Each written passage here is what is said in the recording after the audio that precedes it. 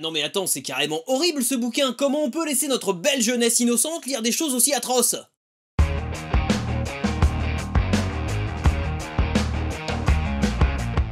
Salut à vous pauvres mortels, et bienvenue sur Comics Rise, la chaîne qui lit à travers les pages de vos comics. Si on se retrouve aujourd'hui, c'est pour parler d'un super vilain qui a bien failli avoir raison de la jeunesse française. Pour mieux comprendre l'histoire que je vais vous raconter, il faut revenir en 1969, année où l'éditeur lyonnais Lug, fondé par Alban Vistel et Marcel Navarro, propose pour la première fois en France un magazine dédié aux publications Marvel Comics, Fantasque. Une revue au nom devenu mythique, contrainte à l'arrêt par la censure au bout de seulement 7 numéros car considérée comme, je cite, une publication extrêmement nocive en raison de sa science-fiction terrifiante, de ses combats traumatisants, de ses récits au climat angoissant et assortis de dessins aux couleurs violentes et contenant des visions cauchemardesques néfastes à la sensibilité juvénile. Ah ouais, rien que ça! Si l'on doit bien à Lug d'avoir popularisé les héros Marvel en France, il ne faut pas oublier que l'éditeur compta très longtemps à son catalogue de nombreuses licences venant non pas d'outre-Atlantique, mais d'un pays bien plus proche, l'Italie. Mais avant d'aller visiter Rome et la tour de Pise, revenons-en au monstre qui nous réunit aujourd'hui. C'est donc en mars 1969, soit un mois après le premier numéro de Fantasque, qu'est publié Wampus, petit format affichant sur sa couverture une créature terrifiante. Cette créature, nommée Wampus, est l'émissaire du Grand Mental, une puissance malfaisante ayant soif de terreur et de chaos. Aux commandes de la série, on trouve le scénariste Franco Frescura et le dessinateur Luciano Bernasconi, deux artistes italiens produisant déjà à l'époque plusieurs travaux publiés par Lug. Bien décidé à servir son dieu, le monstre protéiforme au regard sans pareil possède un incroyable pouvoir. Une fois en contact avec l'eau, Wampus peut en effet prendre l'apparence de n'importe quel être vivant, homme ou animal, tandis qu'exposé au feu, il reprend sa forme initiale, celle d'une créature livide et décharnée.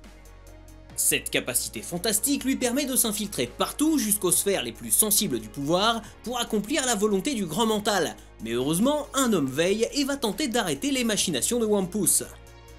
Cet homme, c'est Jean Steen, agent du contre-espionnage français qui ira jusqu'à désobéir à sa hiérarchie pour traquer Wampus dans ses méfaits.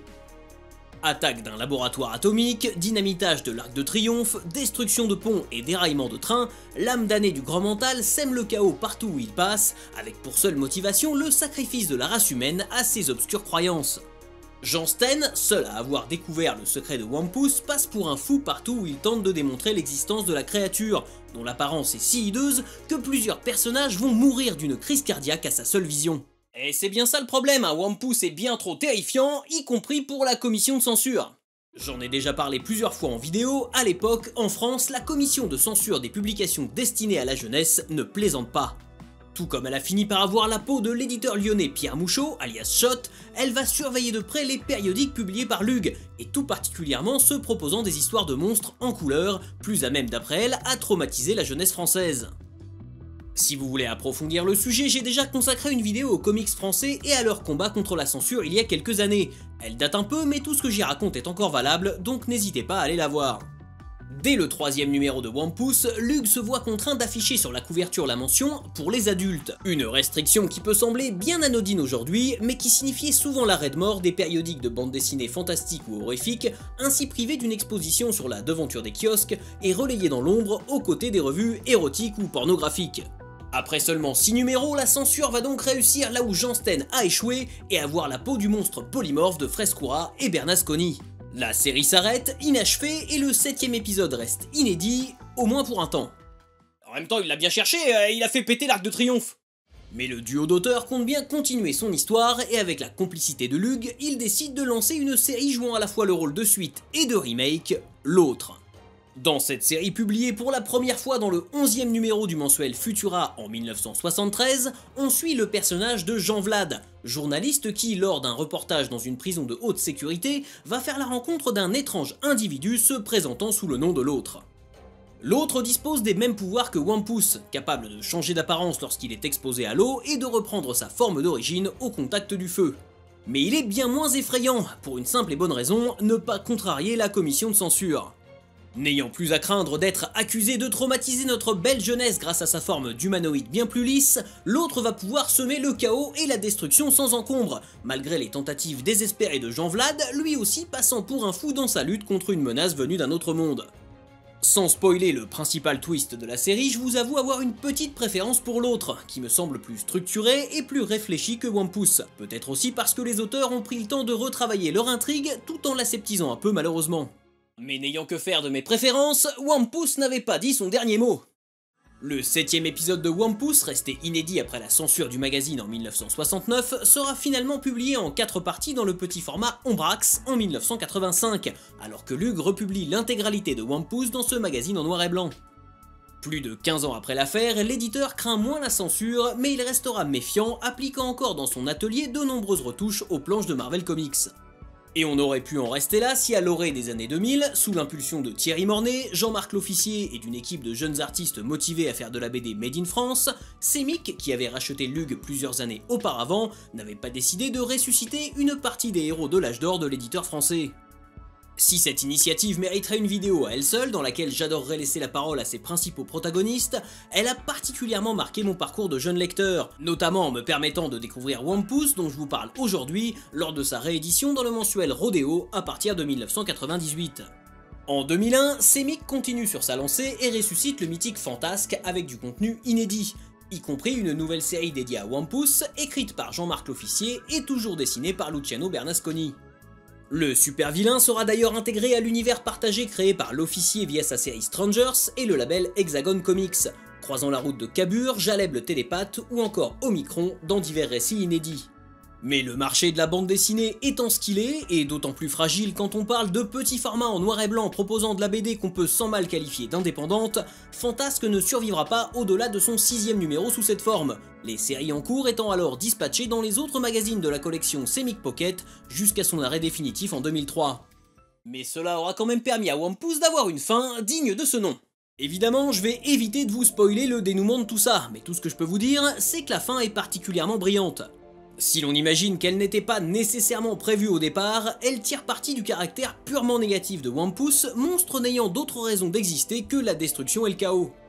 Cette vision simpliste du super vilain, loin de desservir le personnage ou les aventures de John Sten, donne une saveur particulière à cette histoire de monstre. Et One Piece n'est pas dénué de messages, s'inspirant notamment de la situation de l'Europe à l'époque et critiquant à travers le regard de la créature le comportement des hommes qui participent à la destruction de leur propre planète.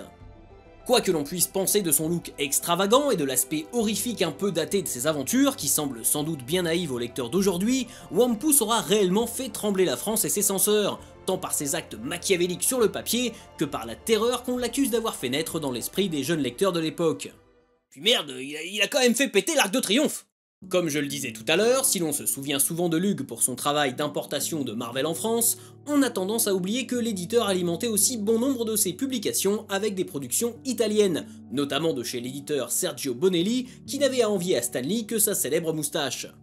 Parmi les séries les plus célèbres, on compte bien évidemment les aventures du cowboy Tex Wheeler, de l'expert en paranormal Dylan Dog, ou encore du détective de l'impossible Martin Mystère, des personnages qui ne vous sont peut-être pas étrangers, et tous nés dans les pages des fascicules en noir et blanc de Sergio Bonelli Editor. Quant à Luciano Bernasconi, bien trop méconnu à mon goût, il est pour moi un véritable Jack Kirby italien, au génie créatif et visuel comparable à celui du roi des comics. Et si ce pan de la bande dessinée internationale mériterait une vidéo à lui seul, eh ben je suis content d'avoir pu l'aborder aujourd'hui avec vous. Évidemment, avec cette vidéo, j'ai bien conscience de m'adresser à un public de niche dans un public de niche, tant son sujet est obscur et paraîtra dépassé et peut-être même hors de propos à certains. Mais depuis que j'ai lancé cette chaîne il y a bientôt 8 ans, je me suis toujours promis qu'un jour je parlerai de One Piece, une série qui a définitivement marqué mon parcours de lecteur, tant par son contenu que par son histoire éditoriale. Et puis il a quand même fait péter l'Arc de Triomphe, hein, c'est pas rien quoi. Les séries One Piece et l'autre sont disponibles en français dans 2 intégrales chez Hexagon Comics Rivière Blanche, je vous mets un lien vers le site de l'éditeur dans la description si vous voulez découvrir tout ça. Si vous aimez les histoires un peu exotiques ou étonnantes liées à la bande dessinée américaine, je ne peux que vous recommander de jeter un œil à quelques-unes de mes vidéos précédentes, comme celle consacrée à Omega the Unknown, un héros Marvel dont le secret est longtemps resté impénétrable. Ou encore à l'histoire du jeu vidéo Sword Quest, dont les énigmes pouvaient être résolues à l'aide d'un comic book. Et enfin, pour rester dans le domaine des extraterrestres métamorphes, il n'est pas trop tard pour découvrir ma vidéo sur Martian Manhunter et sa passion dévorante pour les Oreos. Je vous mets tous ces liens dans la description. Voilà, jusqu'à la prochaine fois, je compte sur vous pour avoir de saines lectures. On continue à parler de comics sur les réseaux sociaux, partagez cette vidéo et n'oubliez pas de vous abonner à la chaîne pour ne pas rater la prochaine.